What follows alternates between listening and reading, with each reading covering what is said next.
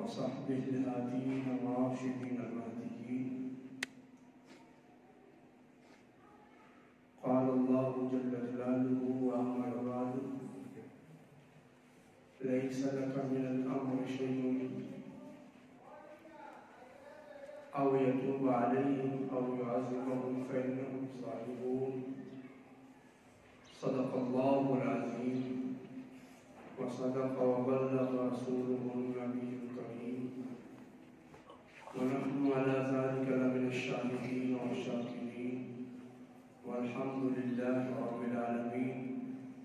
إن الله وملائكته يصلون على النبي يا أيها الذين آمنوا صلوا عليه وسلموا تسليما. اللهم صل على سيدنا ومولانا محمد وعلى آل سيدنا ومولانا محمد وبارك وسلم وصل عليه.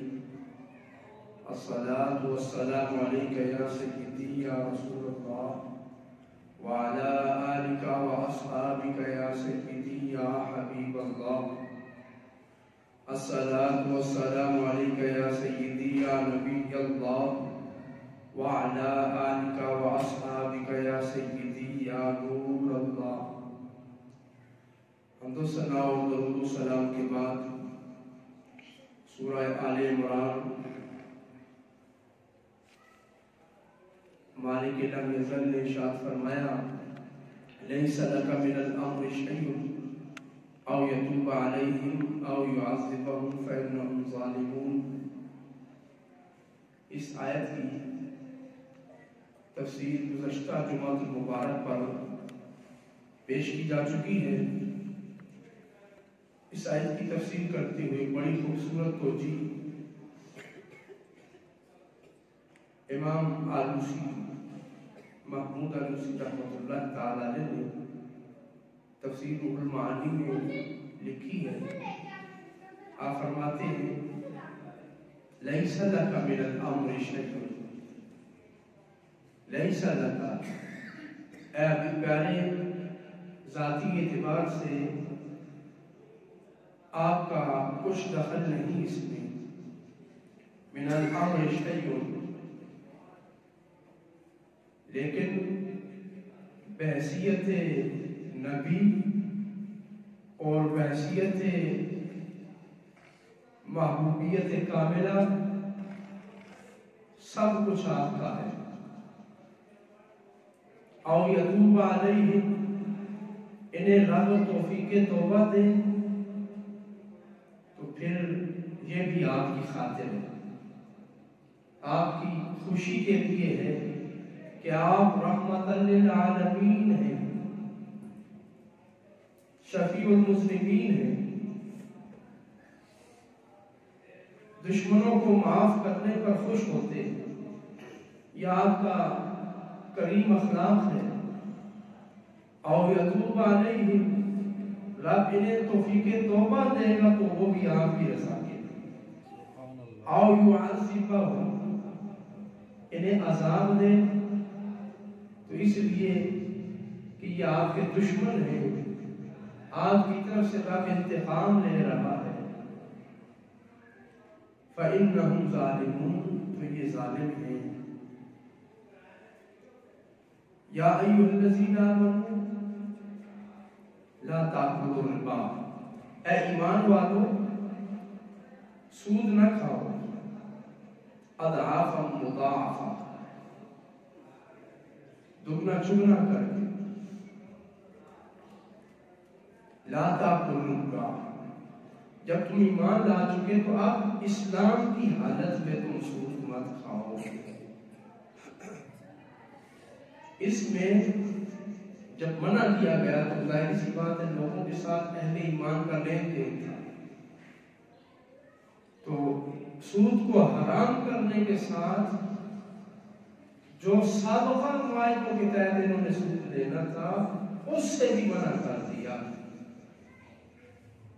کہ سابقہ جو تھا وہ بھی چھوڑ دو. اضعاف مضاعفہ سود بھی نہ کھاؤ اور دگنا چگنا بھی نہ کرو. اہل عرب میں دو طریقے رائج تھے.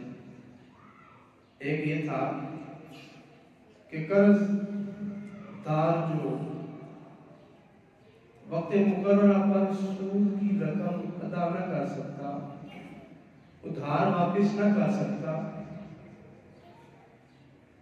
تو اس سے کہا جاتا کہ 1 مہینہ اور مہلت ہے، اور اس 1 مہینے کے بدلے اتنی اور رقم تمہارے اوپر لازم ہوگی۔ اسی طرح اگر کسی نے 1 سال کا بکرا کسی سے لیا ہوگا تو بکرے کی عمر بڑھا کر کہ اب تم مجھے 6 ماہ بعد دینا، لیکن بکرا ہو 2 سال کا۔ اسی طرح جانوروں کی وہ عمر بڑھا دیتے ہیں کہ اتنی عمر کا پھر تو اللہ رب العزت نے سود سے بھی منع کیا، اور جو دگنا اور چگنا کرتے تھے، مزید شرائط لگاتے تھے، اس سے بھی روک دیا۔ واتقوا اللہ، اللہ سے ڈرو، اپنے کھانے پینے کے معاملات میں، لین دین کے معاملات میں، کاروباری معاملات میں، تجارت کے معاملات میں اللہ سے ڈرو، لعلکم تفلحون، تاکہ تم کامیاب ہو سکو۔ کہ تمہاری کامیابی تقویٰ میں ہے، اور اگر لین دین کے معاملات میں تم تقویٰ اختیار نہیں کرتے اور اسلام کو محض چند عبادات تک محدود کر دیا ہے، تو پھر تم کامیاب نہیں ہو سکتے۔ کامیابی چاہتے ہو تو مسجد کے اندر بھی اللہ سے ڈرو، اور بازار میں بھی تقویٰ اختیار کرو۔ کامیابی کا دار و مدار زندگی کے مجموعی نظام پر ہے۔ واتقوا النار التي اعدت للكافرين، اور بچاؤ اپنے آپ کو اس آگ سے جو کافروں کے لیے تیار کی گئی۔ واطیعوا اللہ والرسول، اطاعت کرو اللہ کی اور اس کے رسول کی۔ لعلکم ترحمون، تاکہ تم پر رحم کیا جائے۔ اللہ رحمان بھی ہے، رحیم بھی ہے، اور رسول رحمت للعالمین ہے۔ ان کی رحمت سے حصہ لینے کا طریقہ یہ ہے، اطیعوا، ان کی اطاعت کرو، ان کی فرما برداری کرو، ان کے احکام کی تکمیل اور تعمیل کرو۔ لعلکم ترحمون، تم پر رحم کیا جائے گا،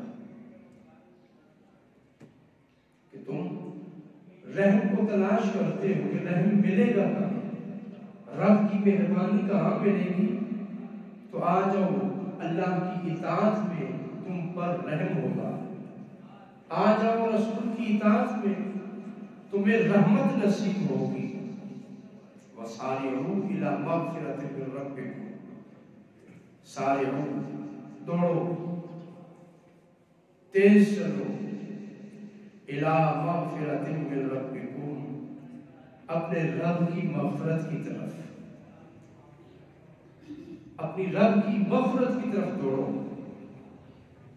اے اہل ایمان، جو تم سے کاروباری معاملات میں، لین دین کے معاملات میں، ادھار کے معاملات میں جو سود کا سلسلہ ہو چکا،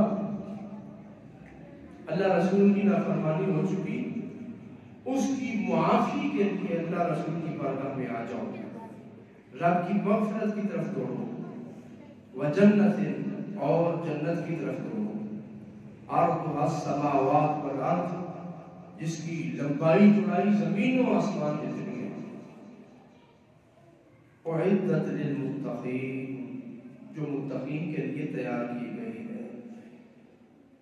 آؤ اس جنت کی طرف جس کی لمبائی اور چوڑائی زمینوں اور آسمانوں کی وسعتوں سے بھی زیادہ ہے، زمین اور آسمان سے بھی زیادہ ہے۔ اس مغفرت کی طرف آؤ، اس جنت کی طرف آؤ۔ تم دوڑتے ہو دنیا کی طرف کہ دنیا کا مال زیادہ ہو، یہاں پہ جائیداد زیادہ ہو، اس مال کو چھوڑو، رب کی مغفرت کو تلاش کرو، تاکہ تمہیں جنت ملے، اور جنت اس دنیا کے ساز و سامان سے کئی گنا زیادہ حسین ہے۔ نبی کریم صلی اللہ علیہ وآلہ وسلم کی طرف ہرقل بادشاہ نے خط لکھا۔ کہتے ہیں جو ہرقل بادشاہ کا سفیر تھا وہ نبی علیہ السلام کی بارگاہ میں حاضر ہوا، بوڑھا تھا، اور حضور علیہ السلام کو وہ خط پیش کیا۔ تو نبی علیہ السلام نے خط لے کر اپنی دائیں جانب بیٹھے ہوئے ایک شخص کو پکڑا دیا۔ وہ بوڑھا سفیر کہنے لگا من صاحب الذی یقرأ، یہ جو خط پڑھنے کے لیے جسے دیا گیا ہے یہ کون ہے، اس کا نام کیا ہے؟ قالوا معاویہ بن ابی سفیان، یہ حضور کی طرف سے خط پڑھنے والا حضور کا غلام معاویہ ہے۔ فَإِذَا هُوَ إِنَّكَ كَتَبْتَ تَدْعُونِي إِلَى جَنَّةٍ عَرْضُهَا السَّمَاوَاتُ وَالْأَرْضُ أُعِدَّتْ لِلْمُتَّقِينَ فَإِنَّ النَّارَ۔ تو حضرت امیر معاویہ رضی اللہ تعالیٰ عنہ نے خط پڑھا، اور اس نے کیا لکھا تھا؟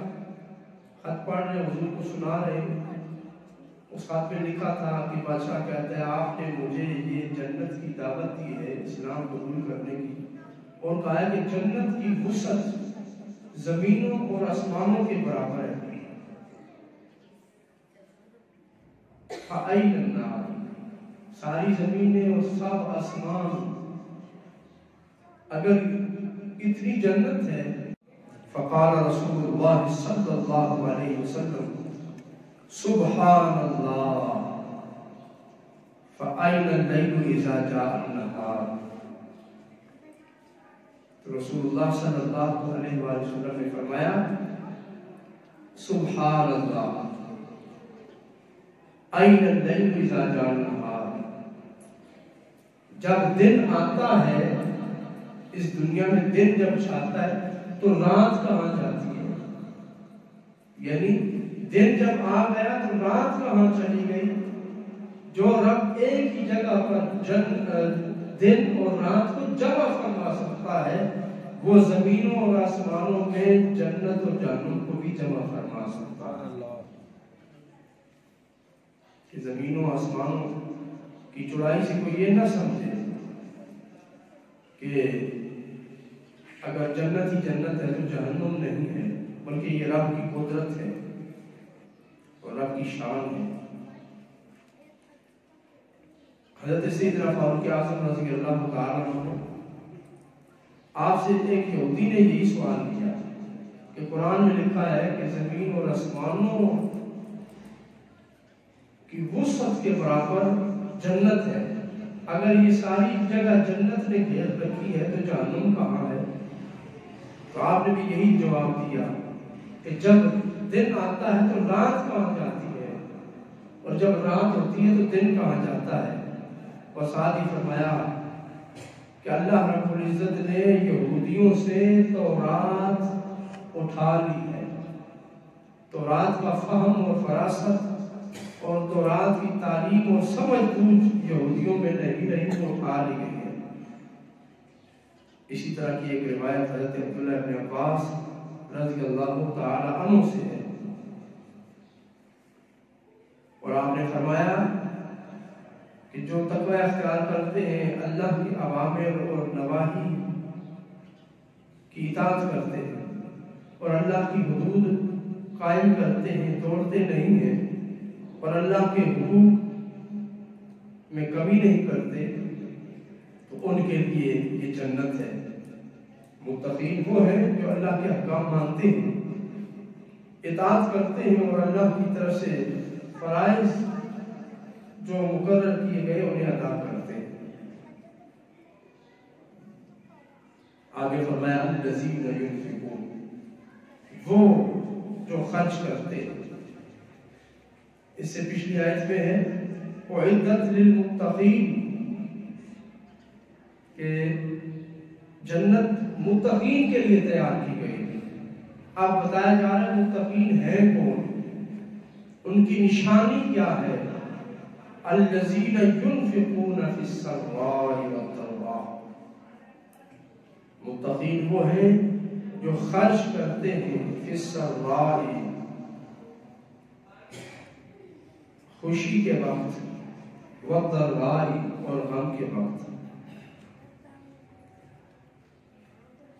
جو خوش ہوتے ہیں تب بھی خرچ کرتے ہیں، جب مسرور ہوتے ہیں سرور کی حالت میں رب نے دیا ہوا ہے تب بھی خرچ کرتے ہیں، والضراء اور جب انہیں خود تکلیف ہے، درد ہے، خود تنگدستی کا شکار ہے، اس وقت بھی وہ رب کی بارگاہ میں خرچ کرتے ہیں۔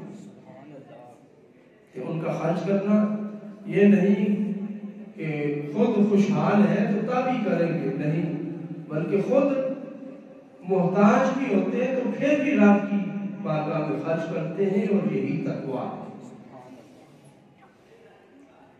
کہ وہ اپنے نفع اور نقصان کو نہیں دیکھتے، اپنی جمع پونجی کو شمار کر کر کے خرچ نہیں کرتے، بلکہ فی السراء والضراء جیسی بھی عادت کو وہ خرچ کرتے ہیں۔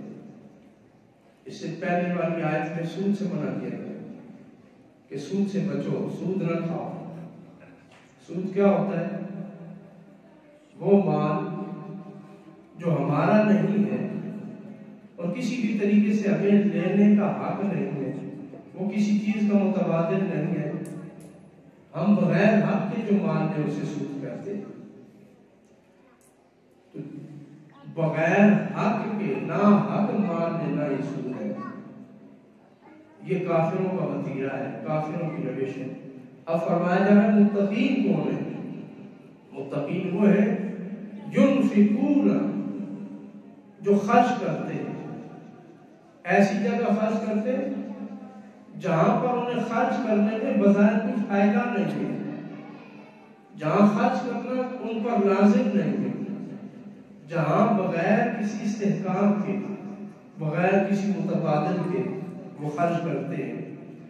یعنی اہل ایمان تو وہ ہے جو اپنا مال رضائے خدا کے لیے مخلوق پر ویسے ہی خرچ کرتے ہیں، للہ فلہ دیتے ہیں، اور اس کے اوپر نہ وہ کوئی تقاضا کرتے ہیں اور نہ ہی اسے مقصود ان کی اپنی تعریف ہوتی ہے کہ ہماری بڑائی بیان کی جائے، ہماری شان بلند ہو، مال لینے والے، صدقہ لینے والے ہماری تعریفوں کے پل باندھتے رہیں۔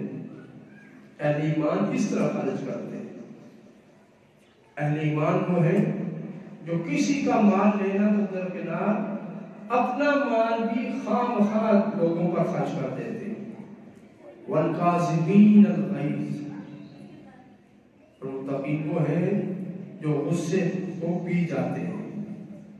والعافین عن الناس، اور لوگوں سے درگزر کرتے ہیں۔ واللہ یحب المحسنین، اور اللہ ان محسنین سے، ان حسن سلوک کرنے والے سے محبت کرتا ہے، جو احسان کرتے ہیں، نیک اعمال کرتے ہیں، رب کی بارگاہ میں خرچ کرتے ہیں، غصہ پی جاتے ہیں اور لوگوں کو معاف کرتے ہیں۔ اللہ ان سے محبت فرماتا ہے، اللہ انہیں اپنا دوست رکھتا ہے۔ اس آیت میں کتنا خوبصورت سبق دیا جا رہا ہے ایمان کو کہ اے اہل ایمان، تم دوسروں کا مال نہ کھانے کی بجائے اپنا مال بڑھانے کی عوض میں، ہر بندہ یہی چاہتا ہے میرا مال بڑھ جائے، کسی بھی طریقے سے بڑھ جائے، صبح شام سے یہی پریشانی، اسی ٹینشن میں ہوتا ہے کہ کسی طریقے سے میرا مال بڑھتا جائے، میری جائیداد بڑھتی جائے، چاہے حلال طریقہ ہو یا حرام ہو، وہ کوئی پرواہ نہیں کرتا۔ یہ انسان کی فطرت ہے کہ جائز اور ناجائز طریقے سے وہ مال کو ہڑپ کرنے کی کوشش کرتا ہے۔ لیکن اللہ کے محبوب اور متقین کون ہیں؟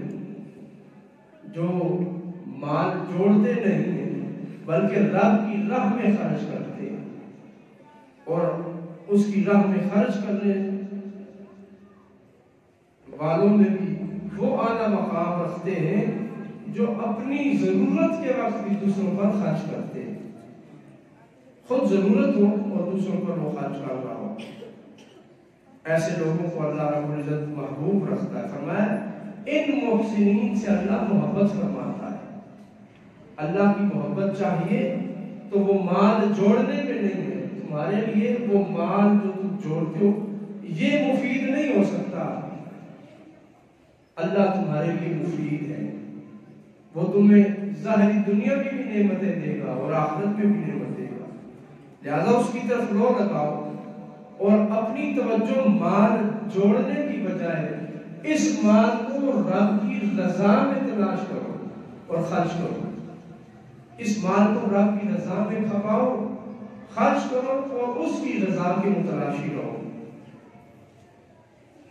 الذین ينفقون فی السراء والضراء، جو خرچ کرتے ہیں۔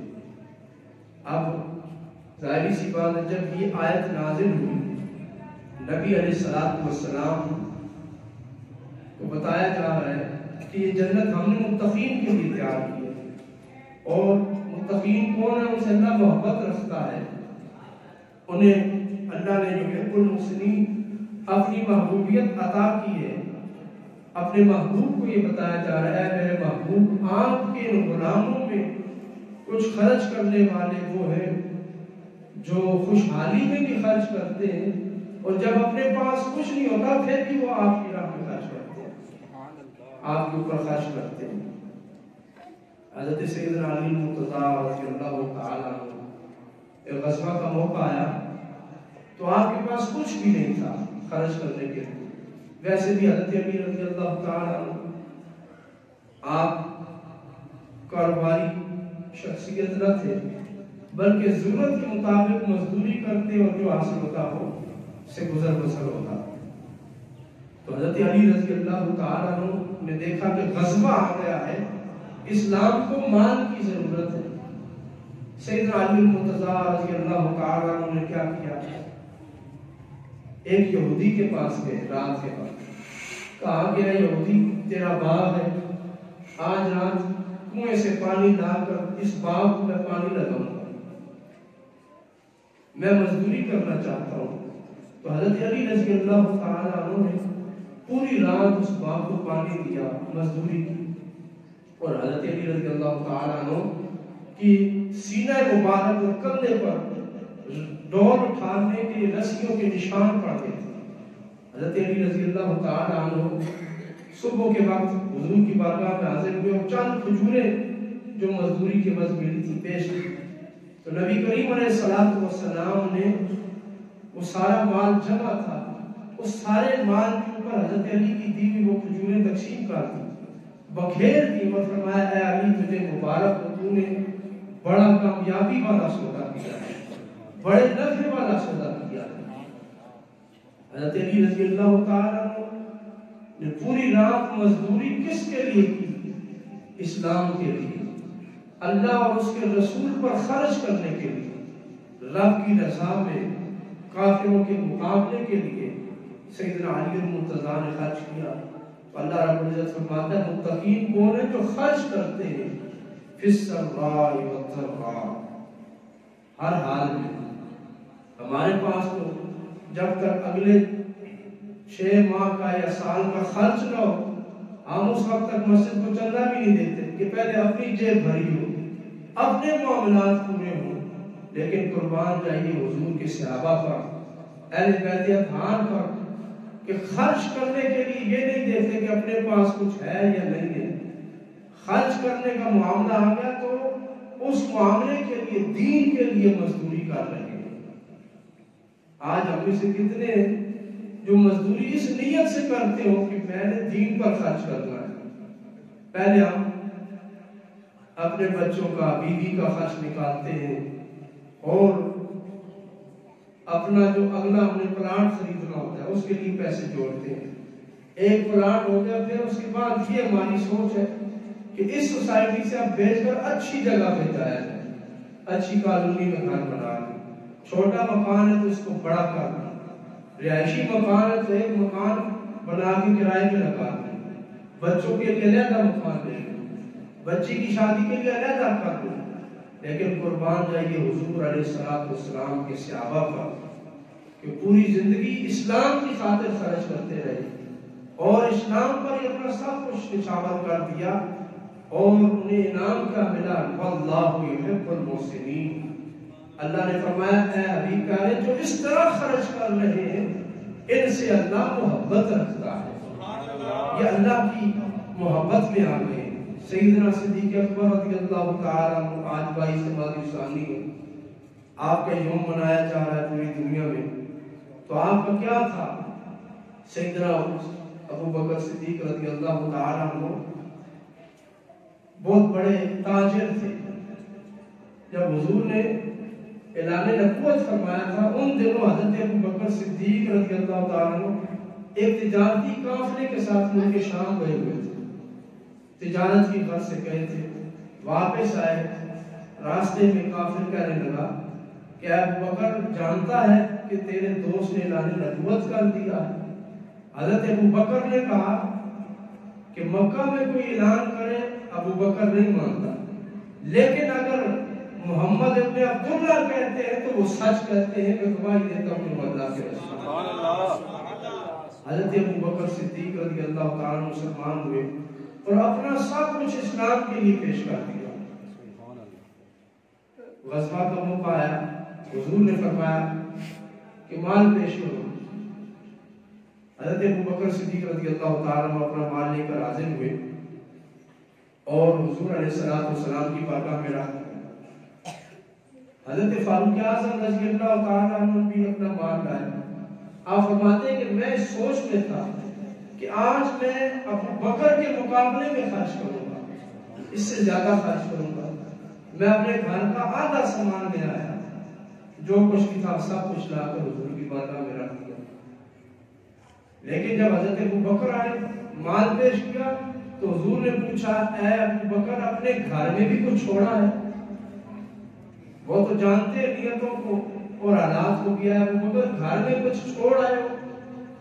عرض کی یا رسول اللہ صلی اللہ علیہ وسلم ابقیت لہم اللہ ورسولہ، میں اپنے گھر والوں کے لیے اللہ اور اس کا رسول چھوڑا ہے۔ میرے گھر میں اللہ اور اس کا رسول ہے، یہی ہماری سب سے قیمتی متاع ہے، اس سے بڑھ کر اور گھر میں کیا رکھوں؟ یہ دنیا کا ساز و سامان تو کوئی وقت نہیں رکھتا۔ تو نبی علیہ السلام نے پھر حضرت ابو بکر کو اعزاز کیا دیا، فرمایا اے ابو بکر میں نے اپنی زندگی میں سب محسنوں کے احسان اتار دیے، ان کا بدلہ دے دیا، لیکن اے ابو بکر تیرے احسان کا بدلہ رب قیامت کے دن عطا فرمائے۔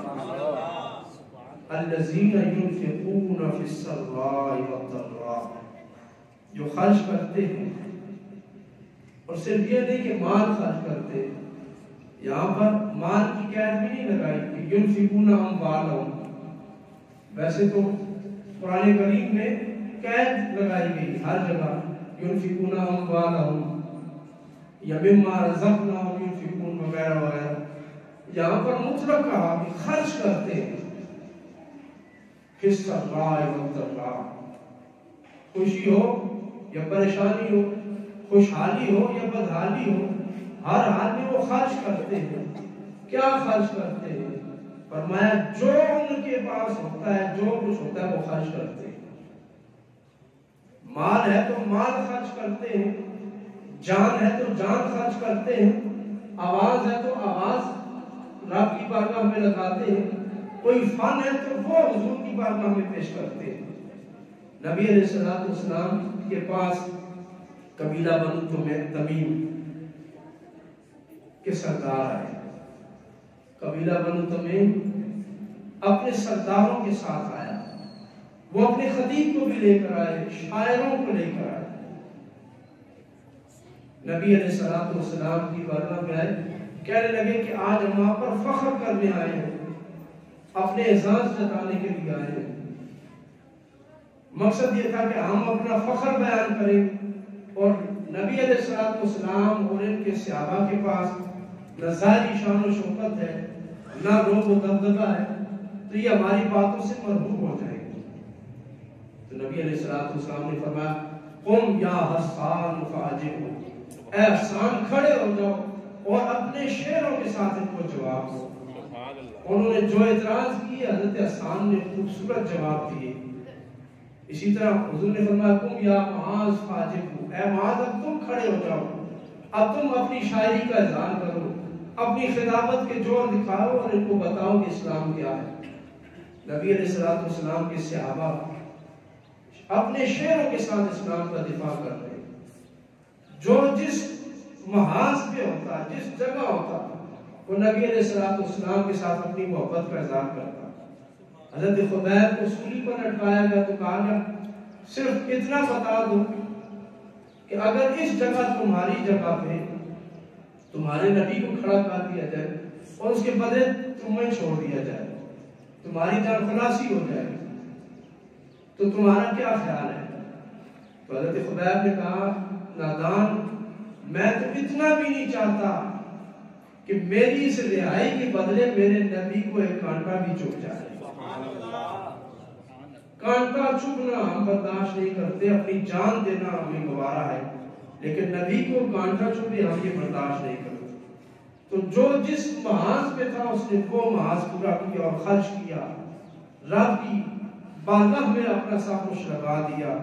تو اللہ رب العزت نے پھر انہیں اپنی طرف سے یہ محبت نامہ جاری کیا، واللہ یحب المحسنین، اللہ ان محسنین سے محبت رکھتا ہے، ان خرچ کرنے والوں سے محبت رکھتا ہے جو رب کی راہ میں خرچ کرتے ہیں۔ الذین ينفقون فی السراء والضراء، امام ابن جریر طبری فرماتے ہیں کہ خرچ کرنا، اہل ایمان کا خرچ کرنا، فرماتے اس کے دو ہی مقصد ہونے چاہیے۔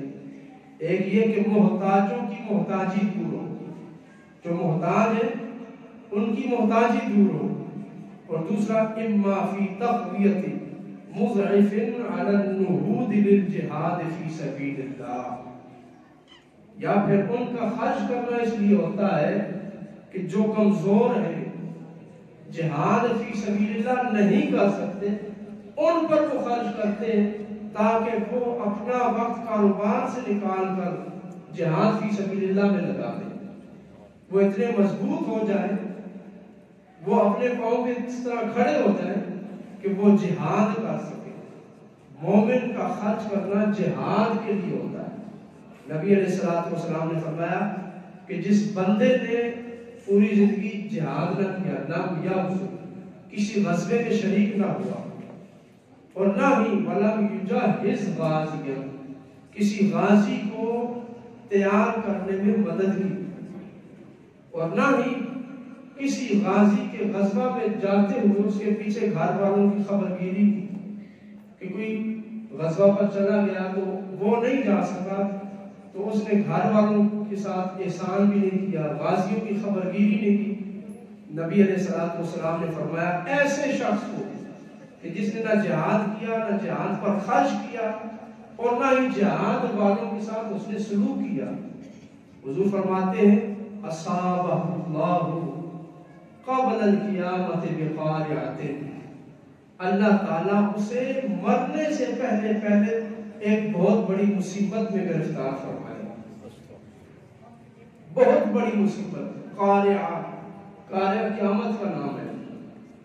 حضور فرماتے ہیں قیامت سے پہلے، موت سے پہلے اللہ رب العزت اسے بڑی آفت میں مبتلا کرے گا، بڑے عذاب میں مبتلا کر دے گا، یا تو وہ بیمار ہوگا، یا ذلت و رسوائی کا سامنا کرے گا، قید ہوگا، یا معاشرے میں ذلیل و رسوا ہوگا، کوئی نہ کوئی آفت اس پر ضرور ٹوٹے گی۔